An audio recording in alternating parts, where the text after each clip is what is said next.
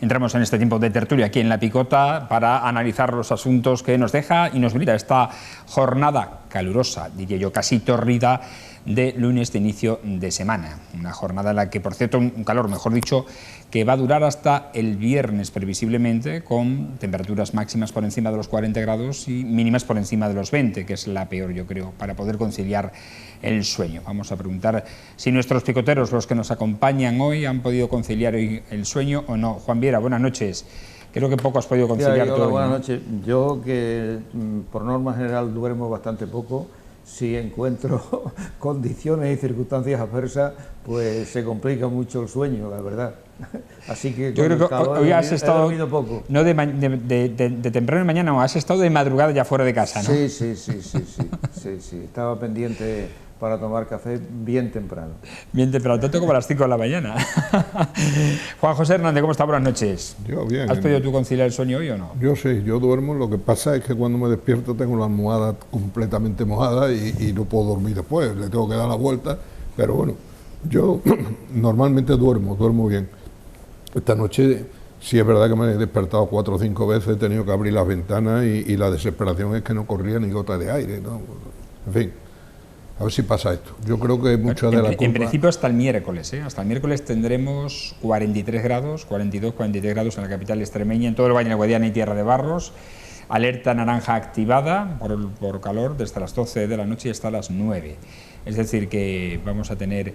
A mí, sinceramente, lo he dicho antes, no me preocupa tanto que superemos los 40 grados como que superemos de noche los 20 grados. Eso sí que es peor. 22 grados de noche es mucha tela, de mínimo. Pero de todas formas, por meterse con alguien, yo creo que la culpa la tienen los medios de comunicación. Es que hace 20 o 30 años hacía el mismo calor y no pasábamos tonto color porque no nos lo decían constantemente. Es decir, pones madre mía, hasta el viernes vamos a estar con esta temperatura. Antes no pasaba eso y decía, estamos en verano, hombre, estamos en verano. Y no había tanto aire acondicionado. No había tanto aire acondicionado. Y el problema es que sea una temperatura elevada sostenida en el tiempo. Claro, ese es el porque problema. no es lo mismo que sea una cuestión puntual de un día o 2 días y tal.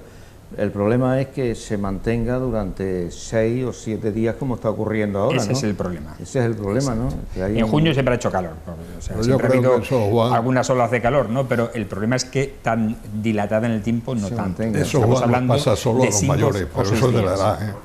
En fin. Por cierto que hoy los colegios, la mayoría de los colegios, no hemos preguntado la totalidad porque son muchos, pero la mayoría de los colegios de Mérida, al igual que de Almendralejo y de muchas ciudades de Extremadura, han adelantado el horario de salida de los escolares a las 12 o 12 y media. Los colegios a las 12, puesto que salen a las 2, lo han adelantado 2 horas, y los institutos a las 2 y media, ya que salen a las 2 y media. Porque, claro, no están adecuados los centros para poder soportar con el alumnado esas altas temperaturas. Yo decía hoy en la editorial, y no es la primera vez, porque esto ya pasó hace un par de años, si recordáis, o 3, que hubo que incluso acortar el periodo lectivo, adelantar el fin de las clases, y hubo que la Junta decretó un decreto, que está ahora mismo en funcionamiento, para adelantar el horario lectivo de las clases a las 2 de la tarde. Decía que en Extremadura, aunque esto pueda sonar raro, pero en Extremadura tan importante e imprescindible es tener calefacción, como se montaron en los años 80 en los centros públicos, como aire acondicionado, porque es que aquí pasamos de un extremo a otro, y no es ningún disloque el ir planteando un plan de inversiones en los centros públicos de aire acondicionado, porque es que en mayo normalmente ya hace mucho calor. Juan. Sí, no. Yo la experiencia que tengo, nosotros había momentos en que cambiábamos a los alumnos de aula, pero eso no es suficiente porque las estructuras constructivas y todo lo demás, y tal y como están organizados los institutos, en concreto el de Villafranca, pues era imposible. Tú hacías los cambios, te llevabas alumnos de un sitio a otro, los bajabas abajo, tal, suponiendo que siempre tuviese algún aula para ello, pero era imposible. Y después el inconveniente que tienen los centros antiguos es la colocación del aire acondicionado, porque no están adaptados para poder colocar aire acondicionado por la estructura que tienen, ¿no? la organización que tienen, ¿no? Y es un problema, la verdad. Calefacción lo tienes en todos los centros educativos. Allí concretamente, en el caso nuestro, teníamos 3 calderas para atender a educación secundaria, bachillerato y ciclo formativo. Y con las calderas pues no había problemas, más o menos, ¿no? Tenías que regular porque la cuestión económica no daba para tanto, pero más o menos pasabas la situación y salías adelante. Ahora, el problema del calor era horroroso y estoy hablando de una época en la que no hacía tanto calor y durante tantos días como ahora, ¿no? Ahora es que es imposible, o sea, en un centro como aquel, pues no ya a las 12, a las 11 hay que cortar las clases y no hasta el 22 o 23 de junio, sino a últimos de mayo, ¿no? Sí, sí, hay que adelantarlo. Bueno, Juan José, tú has vivido esas clases con ventanales grandes en el Santiago Apóstol. Sí, pero tampoco yo me acuerdo de haber pasado muchísimo calor. Yo digo una cosa, y la gente está que va a recoger en Almendralejo los melones y le van a poner aire acondicionado también para recoger los melones. Es que yo creo que nos estamos volviendo muy cómodos. Yo ahora pasaba por ahí y veía a esta gente, a los trabajadores esos que están trabajando ahí, y madre mía, digo, es que sí, los que están se van al sol, a currar ahí, los que están tengan al sol, puesto el sombrero y bueno, y con el casco ese, ¿no? Hoy Beregeles ha hablado sobre eso, sobre los trabajadores que están al sol, ¿no? Y que bueno, dice que tendrán que regular los horarios estos días para evitar golpes de calor. De momento, durante el fin de semana, que es la referencia que tenemos, no se ha producido ningún golpe de calor en urgencias en los centros sanitarios de Extremadura. Lo que sí se ha producido es un incendio muy importante, por lo llamativo que ha sido, me refiero, aunque no ha habido que lamentar ningún daño personal ni material, salvo el de los pastos, evidentemente, en las traseras del tanatorio de Mérida. Ahí tenemos las imágenes de esa columna de fuego que era visible desde diferentes puntos de la ciudad y que iba desde la parte trasera de la urbanización Monte Alto hasta la carretera de Cáceres, en la parte trasera del tanatorio. Las llamas no han dado con el tanatorio, pero sí se han acercado lo suficiente como para que haya tenido que ser desalojado esta instalación durante unas horas hasta que se ha asegurado el perímetro y el fuego se ha asegurado que no iba a llegar a este lugar. Las viviendas en ningún momento han corrido peligro, ya que estaba bastante alejado. Sí se ha tenido que regular el tráfico, como vemos ahí, en ambas rotondas, tanto la de Monte Alto como en la de la carretera de Cáceres. Incluso se ha cortado en un momento determinado, pero como digo, ha sido un incendio bastante espectacular, producido por los pastos. Esta es consecuencia de que no se haya desbrozado a tiempo en los alrededores de algunos suelos urbanos. En fin, vamos ahora a hablar de otra cuestión, porque hoy el Partido Popular ha presentado el Congreso Extraordinario que se va a celebrar el 16 de julio en Badajoz, en las instalaciones de IFEBA. Ha preguntado, mejor dicho, por esta circunstancia. Este es el responsable, Hipólito, de preparar ese Congreso Extraordinario en el que se va a elegir a la que previsiblemente va a ser la única candidatura, nueva presidenta de esta formación en la región, que ya presentó su candidatura el pasado viernes en Guadalupe. Como decimos, esta concejala edil Cacernia es de momento la única que aspira a la presidencia. No sabemos si habrá alguna que otra candidatura. La de María Guardiola es la que se postula como la oficialista, entre comillas, a la presidencia. Preguntado, como digo, sobre la circunstancia de que se pudiera producir una bicefalia en el Partido Popular, el responsable han dicho que no se va a producir ninguna bicefalia porque Monago ya ha anunciado que se va, que no va a seguir de presidente, y a partir del 16 de julio habrá nuevo presidente o presidenta de los populares en la región, que disputará a Guillermo Fernández Vara la presidencia a la Junta de Extremadura. 540 compromisarios asistirán a este Congreso Extraordinario para elegir al nuevo líder del PP regional. Juan José. Bueno, pues yo tampoco confío mucho en las primarias, porque la verdad es que las primarias pueden traer disgustos importantes, el PSOE lo puede atestiguar, y que haya una candidata más o menos oficialista, habrá gente que le guste o no. Yo a esta chica no la conozco, esta es una concejala de Cáceres, ¿no? No me ha gustado lo del alcalde de Plasencia. Yo creo que el alcalde de Plasencia era un buen candidato, no sé lo que habrá habido, él en principio parecía que se iba a presentar, después, como pasa siempre, según aprietan las clavijas está muy contento como ser alcalde de Plasencia, pero yo creo que el Partido Popular en Extremadura necesita un cambio profundo, no ya solo que es la que lo puede hacer, la futura o la candidata actual, es que es un cambio estructural el que necesita. Es decir, yo lo he dicho muchas veces, lo he dicho incluso siendo del Partido Popular sin ningún cargo, bueno, soy uno más, pero creo que se necesita un cambio profundo. Creo que se necesita, a ver si hay suerte con la chica esta y es capaz de hacerlo, siempre y cuando, como siempre, la deje. Juan, ¿qué opinas? Sí, bueno, esta chica va a ser, se presenta también para secretaria general, o sea que la caso de ganar las elecciones, que se supone que ganará, estas primarias, ella va a ser la secretaria general y la candidata, o sea que presidenta y candidata, que no es cuestión de bicefalia ni nada por el estilo, ¿no? O sea no, la bicefalia se preguntaba por si se iba a mantener en Monago, pero Monago ha dicho ya que no. Monago sí, Monago se va, o sea, él ha dicho que se va. No sé, yo creo que ellos sabrán, el Partido Popular, los compromisarios que se presentan a la elección, pues tendrán claro que esta mujer es la más adecuada y la que mejor se identifica con su idiosincrasia, y bueno, son ellos los que deben de decidir, ¿no?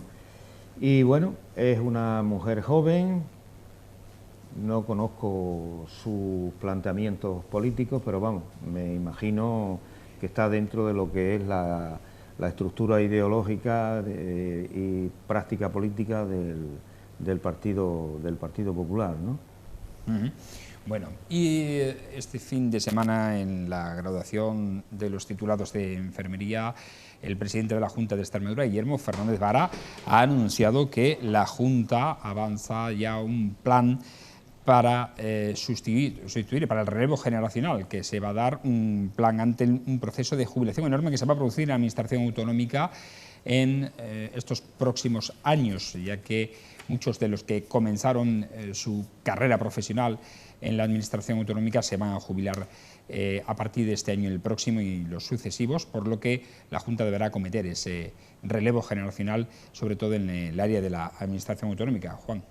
Bueno, yo creo que, viendo así por encima las declaraciones de Guillermo Fernández Vara, yo creo que el tema es un tema profundo, de profundidad, puesto que se refiere al funcionamiento del aparato administrativo regional y, lógicamente, desde mi punto de vista, no se debe abordar la cuestión como un relevo generacional de que salen unas personas y hay que meter a otras, ¿no? Sino que el problema es mucho más profundo, porque es necesaria, por supuesto, una planificación de los recursos humanos para responder a los problemas, digamos, que vienen presentándose a lo largo de la historia, ¿no? de la democracia en Extremadura, la atención a los servicios públicos, pero también ya surgen nuevas cuestiones que necesitan una planificación de los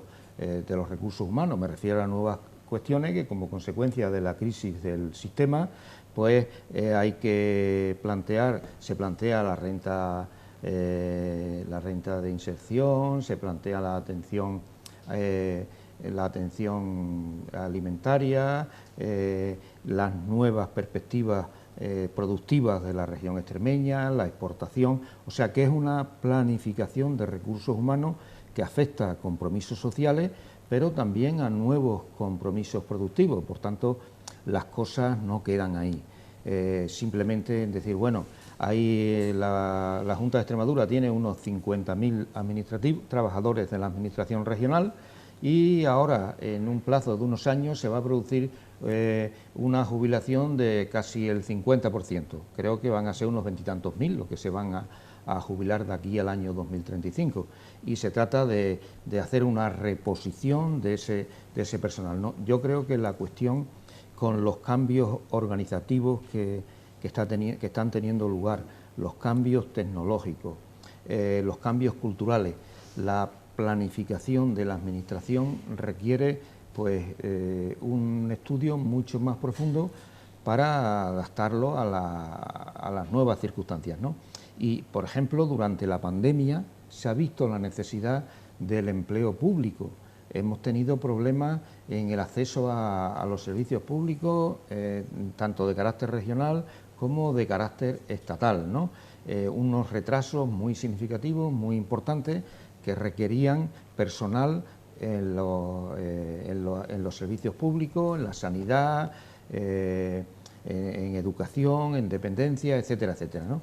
Entonces yo creo que el problema de la organización del aparato administrativo de la Junta de Extremadura regional es una cuestión profunda que tiene muchos matices y que yo creo que debe someterse a un debate público en la sociedad, con la participación de partidos políticos, organizaciones sociales, etcétera. Creo que es un tema profundo por muchas razones, ¿no?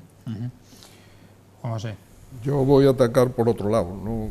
Yo creo que ahora mismo la Junta de Extremadura, Guillermo, tiene una ocasión de oro para, sin hacer daño a los que están en activo, puesto que se van a jubilar, intentar reducir un poco el peso de la administración. Yo creo que eso es muy importante. Yo he sacado aquí, en Internet, las comunidades con mayor densidad de funcionarios, y la primera es Extremadura. La primera es Extremadura. Tiene, vamos a llamar, se puede argumentar a favor, diciendo, hombre, es que es muy grande y tenemos que cubrir mucho, pero es verdad. Extremadura, el 8,8% de densidad en funcionarios, la mayor. Y si uno observa este cuadro, que es oficial, cuando vas hacia abajo, donde menos densidad están por debajo de la media, son las regiones, las autonomías que están enriqueciéndose más, están funcionando mejor, es decir, tienen más eficacia en los medios que están empleando para la administración. Por lo tanto, yo pienso que la cuestión está, si se van a jubilar, como dice Juan, de los, no son 50, son casi 55.000. De la regional, ¿eh?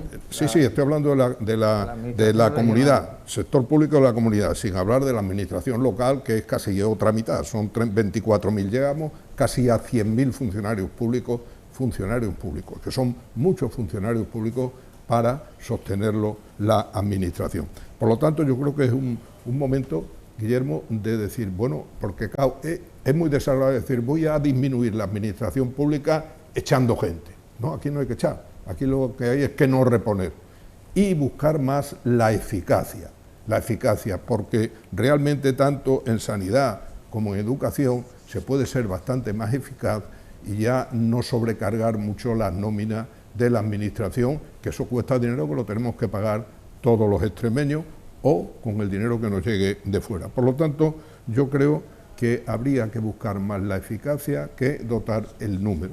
Es muy difícil, ha habido aquí una foto que viene en El Mundo, que es curioso. Cuando Aznar coge el gobierno, había 2.300.000 funcionarios públicos en España. Fijaros cómo sube la línea esta con Zapatero, baja un poquito con Rajoy, muy poco, y después sigue subiendo con Pedro, hasta situarse ya en 2.700.000, es decir, de 2.300.000 a 2.700.000 en el año 2000, que estamos todavía nos queda el 2020, perdón, nos queda todavía el 2021 y el 2022, que me imagino que esto ya se habrá pasado por encima de la cabeza de Pedro Sánchez. Entonces yo creo que esto es que encarece mucho al Estado. Yo pienso que todos los países de Europa tienen menor densidad de funcionarios, funcionan bien y por lo tanto no creo que los funcionarios españoles sean más torpes. Quizá lo que pasa... Termina. Sí, lo que pasa es que hay muchas veces que se aumentan los funcionarios para disminuir el paro, lo cual es un error enorme. Cuando Pedro da ahora mismo las estadísticas del paro que ha disminuido, no cuenta la cantidad de funcionarios que han entrado. Y resulta que... Aquí ¿Has terminado? Sí. Sí, bueno, en primer lugar decirte que a nivel de naciones, España de funcionarios representan aproximadamente, no llega al 16% de la población activa, aproximadamente. Aquí estamos en el 24, Juan. Aquí en Extremadura estamos en el 24. No, bueno, pero has hablado ahí, has mostrado un poco la evolución con jefes de gobierno, ¿no? Sí. Decirte que en cualquier país de Europa, Francia, Suecia, Alemania, etcétera, nos superan en funcionarios públicos, pero casi el doble, la administración pública tiene un número de empleados que es casi el doble del que tenemos en España. El problema que tenemos aquí se ha visto precisamente en la pandemia. Durante la pandemia hemos visto la necesidad del empleo público, porque el empleo público no es solamente la cuestión de administración, de administrativo. Empleo público son los bomberos, empleo público los policías, empleo público son los médicos, los profesores, las personas que atienden a la dependencia, las personas que atienden a ayuda a domicilio, todo ese conjunto de personas que atienden compromisos de carácter social, de carácter sanitario, de carácter educativo, forman parte del empleo público. Y, lógicamente, aquí en Extremadura necesitamos precisamente, lo hemos visto durante la pandemia, los problemas que ha habido en la cuestión de las citas previas, en la seguridad social, en sanidad, etcétera, etcétera, y un requerimiento general ahora mismo es en la cuestión de la sanidad pública, personal para la atención primaria, las listas de espera que hay en intervenciones quirúrgicas, en pruebas de diagnóstico, en atención general a pacientes, en la masificación en los centros de salud, incluso en la cuestión educativa, en donde el ratio alumno-profesor es muy inferior al que se presenta en otras comunidades. Sí, pero Juan, tú estás hablando como si lo único posible fuera lo público. Y es que hay privados que pueden actuar igual o mejor. Perdona, que termine. Sí. No he tocado el sector privado. Estoy refiriéndome al sector público y a una sociedad como la extremeña, en donde se necesitan una serie de cuestiones básicas que solamente las puede dar el sector público. ¿Por qué? Porque no hay medios económicos. Extremadura tiene casi el 40% de la población, no población activa, sino población que se encuentra por debajo del umbral de la pobreza. Entonces, lógicamente, en sociedades en donde hay muchas necesidades de carácter económico, tiene que haber un gran porcentaje de personal de empleo público para atender todas esas necesidades. Y aquí en Extremadura tenemos ese déficit, ese inconveniente, y eso solamente lo da el sector público. El sector privado no resuelve ese tipo de problemas porque necesitan medios económicos. Para muchas cosas necesitas en la cuestión de profesores necesitas un sector público. Juan, el sector público no necesita dinero. ¿Cómo que no? Pues sí, por lo mismo que el privado, profesores, lo que pasa, no es lo mismo que el privado. ¿Cómo que no? El que tiene dinero puede pagarse cosas. Tú eres de enseñanza y tú sabes que ahora mismo en los centros concertados el puesto de trabajo por profesor es casi la mitad del público, con lo cual quiere decir que la enseñanza concertada sale más barata que la pública. ¿Cómo va a salir más barata? Si la Junta de Extremadura tiene un presupuesto de más de 100 millones de euros para los centros concertados. Sí. Y además, cogen ese dinero y para la pública, ¿y para la pública cuánto? No sé exactamente para la pública, pero sé que en el sector privado subvenciones a los centros concertados para atender a la enseñanza, que también teóricamente cobran, teóricamente no, prácticamente cobran al alumnado, reciben 100 millones de euros. ¿Por qué cobran? Porque el dinero que viene de la administración es insuficiente. No, porque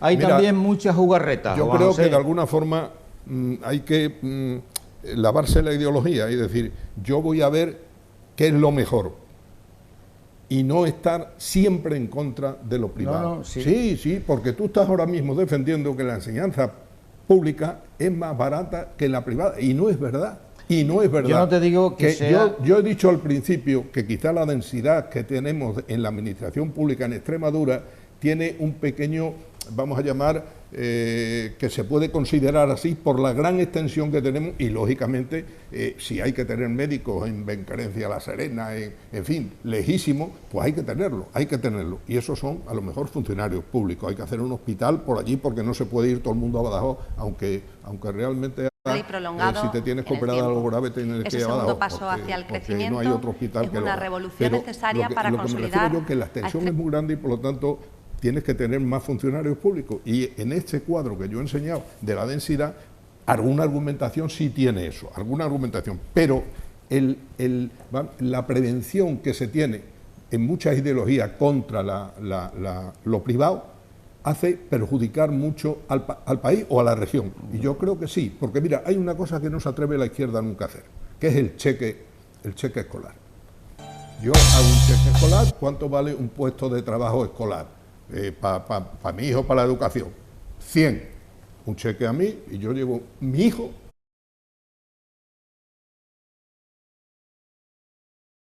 Ese es el problema. Pero vamos Ese a es ver, el problema. ¿por qué se lleva a la concertada? Porque por parte, las políticas que se han hecho en materia educativa, en el sector público, Sí. Ha sido, por decirlo drásticamente, ha sido un abandono de la calidad de la enseñanza pública. Entonces, ¿qué es lo que pasa? ¿Por qué teniendo mejores profesores pasa eso? Porque tienen profesores que han aprobado una oposición. No, porque las políticas que se han hecho por parte de los gobiernos, no ya de unos, de otros, no del PP, sino hablo en general, ha sido unas políticas desgraciadas respecto al sector público. Entonces, ¿qué es lo que pasa? Pero déjame terminar. ¿Qué es lo que pasa? Que yo tengo a mi hijo y digo, ¿cómo lo voy a llevar al sector público si hay unos problemas tal y cual, esto, lo otro?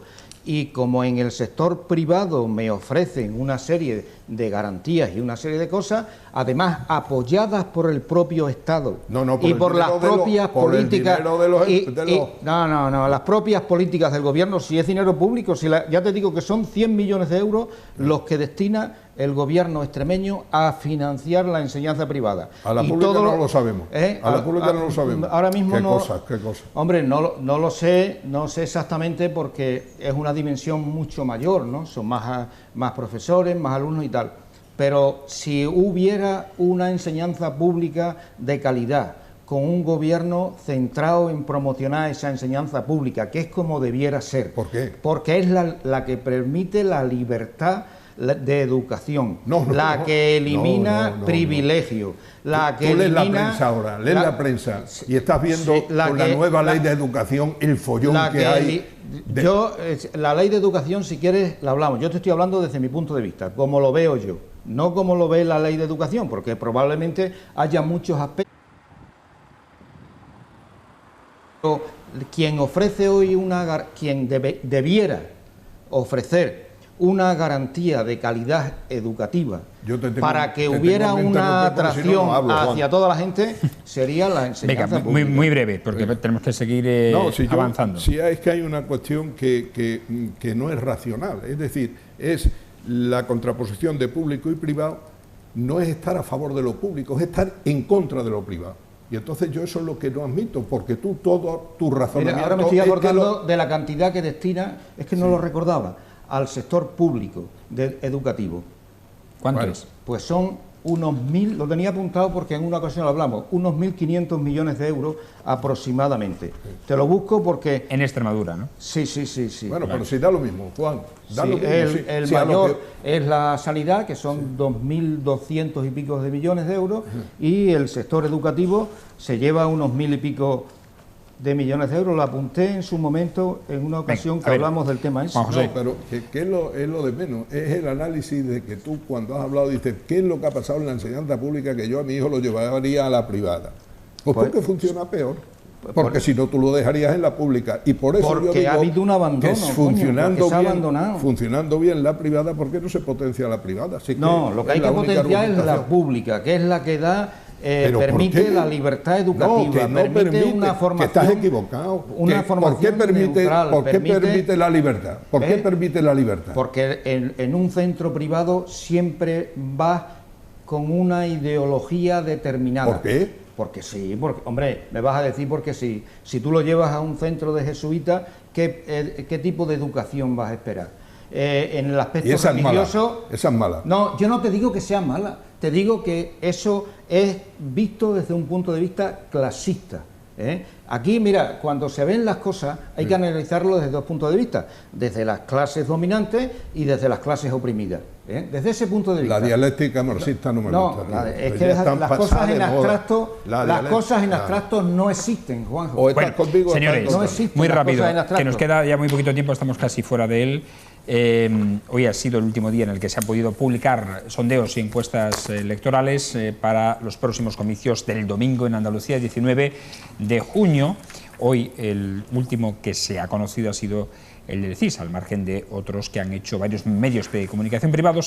Se sitúa prácticamente en la misma línea todas las encuestas. Es una victoria holgada del Partido Popular, aunque no alcanza la mayoría absoluta. El CIS le otorga el 38,4% de los votos. Hay encuestas que les dan el 41% y otras el 37%. El Partido Socialista sería la segunda fuerza. Mantiene el número de escaños, pero baja en intención de voto con el 26,6%. La tercera fuerza sería Vox, con el 15,8%. Sube respecto al CIS de hace unos días, el anterior CIS.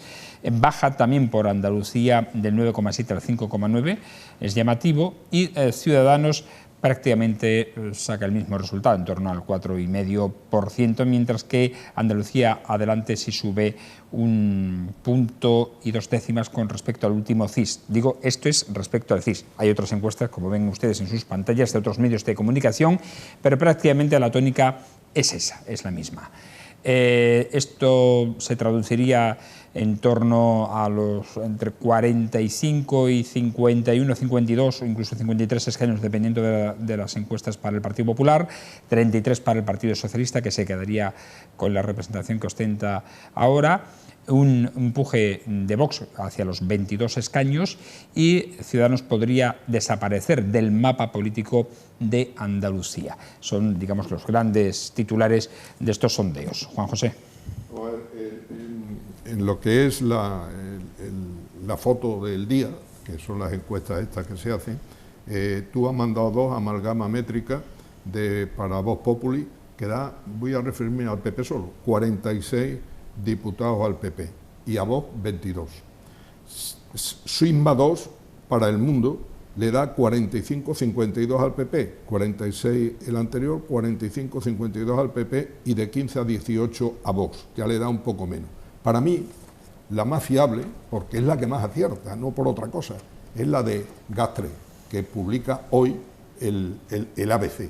Y Gastre le da al PP 53 diputados, a 2 de la mayoría absoluta, y a Vox lo baja, 16, y al PSOE le da 33 le da de diputados los mismos que sacó en las elecciones anteriores, sin embargo saca un porcentaje menor de votos, debido a la ley de Ohm y debido al número de provincias que hay allí, pues le mantiene en 33. La pregunta es la siguiente: ¿y esto por qué pasa? ¿Por qué Juanma Moreno duplica el número de votos que sacaron en las elecciones anteriores? Yo creo que porque la gestión que ha hecho es muy buena.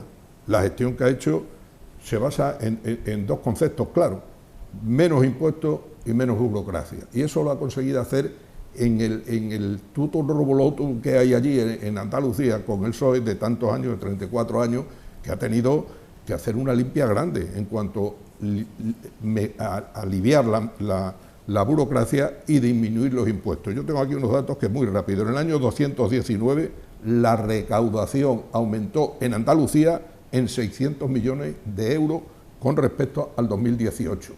Y los contribuyentes fueron 119.000 más. Eso quiere decir que bajando los impuestos la gente cotiza porque no se siente tan presionada y se recauda más. Esto es una cosa que la izquierda no lo entiende. Porque la izquierda prefiere tener impuestos altos y dar subvenciones para captar votos. Ese es el problema. Aquí Juanma ha actuado al revés. En el 2020 se recaudaron 200 millones más que en el 2019, bajando impuestos.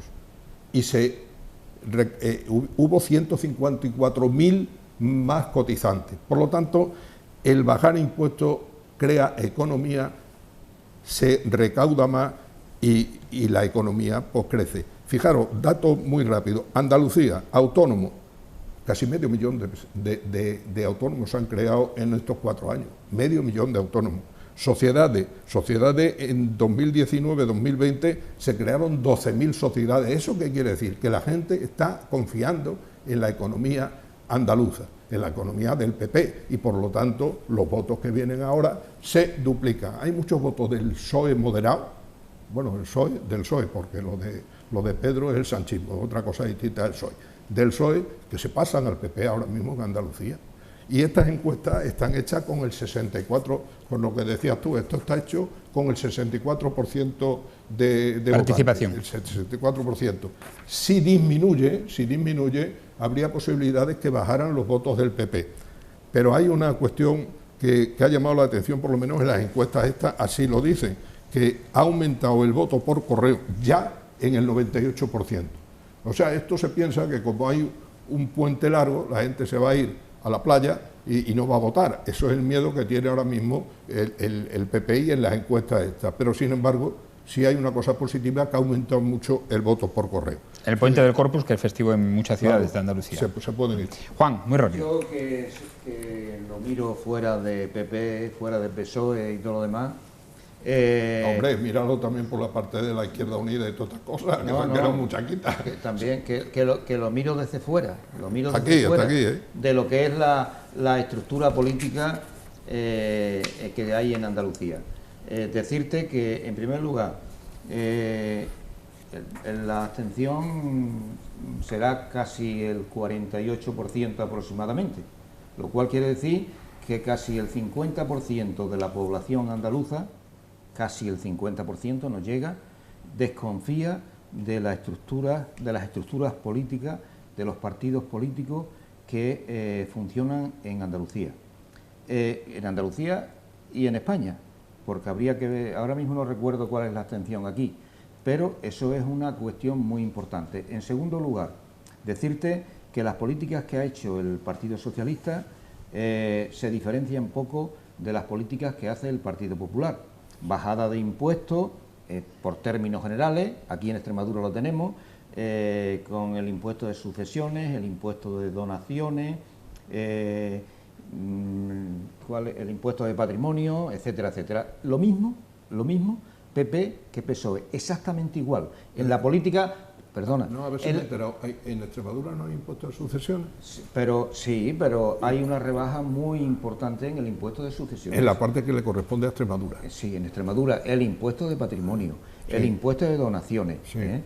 En Andalucía y en Extremadura, las políticas del PP y del PSOE son muy equivalentes en la cuestión impositiva. O sea, la rebaja de impuestos lo hace el PP y lo hace el PSOE. Eso en segundo lugar. Aquí en Extremadura las políticas del PSOE han tenido un carácter más social que las políticas del PP.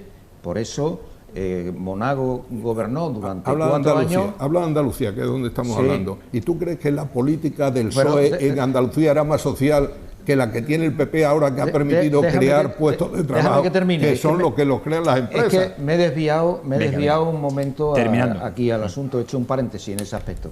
Pero las políticas impositivas del PP y del PSOE en Andalucía son totalmente similares. En cuanto a subvenciones públicas, las subvenciones que ha dado el Partido Popular, las subvenciones son semejantes a las que ha dado el PSOE. Incluso las subvenciones a los centros educativos se han aumentado por el Partido Popular, centros educativos privados.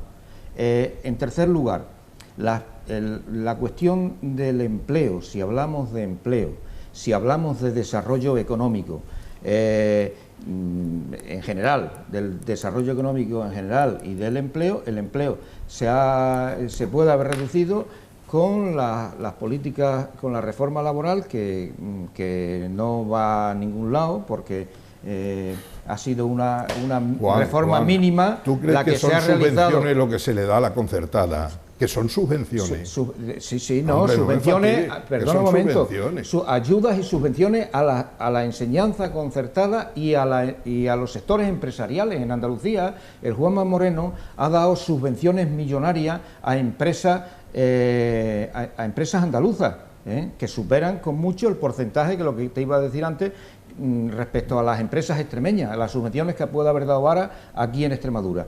Y en tercer lugar, que era lo que iba, el desarrollo económico y los problemas generales que tiene la sociedad andaluza se siguen manteniendo. El atraso económico ese que hay en muchos sectores de la economía andaluza siguen existiendo a pesar de que haya habido una política del Partido Popular centrada no en la empresa en general, sino en los grandes monopolios y en las grandes empresas andaluzas. Andalucía ha dejado de ser el vagón de cola de España, y eso no es... Nos hemos pasado de mucho del tiempo establecido. Hoy no va a haber romanitos, por eso hemos alargado nuestra picota.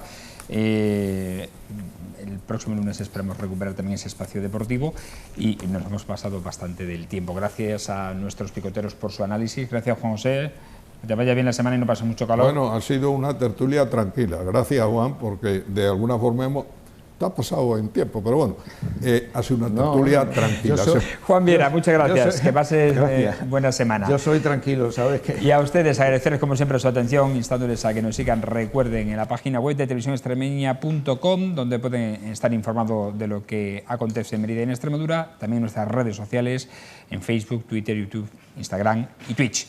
Mañana regresamos, fieles a la cita, tanto en la TDT, la televisión, en el canal 48, como en esos medios digitales. Hasta entonces, no pasen mucho calor y sean felices. Buenas noches.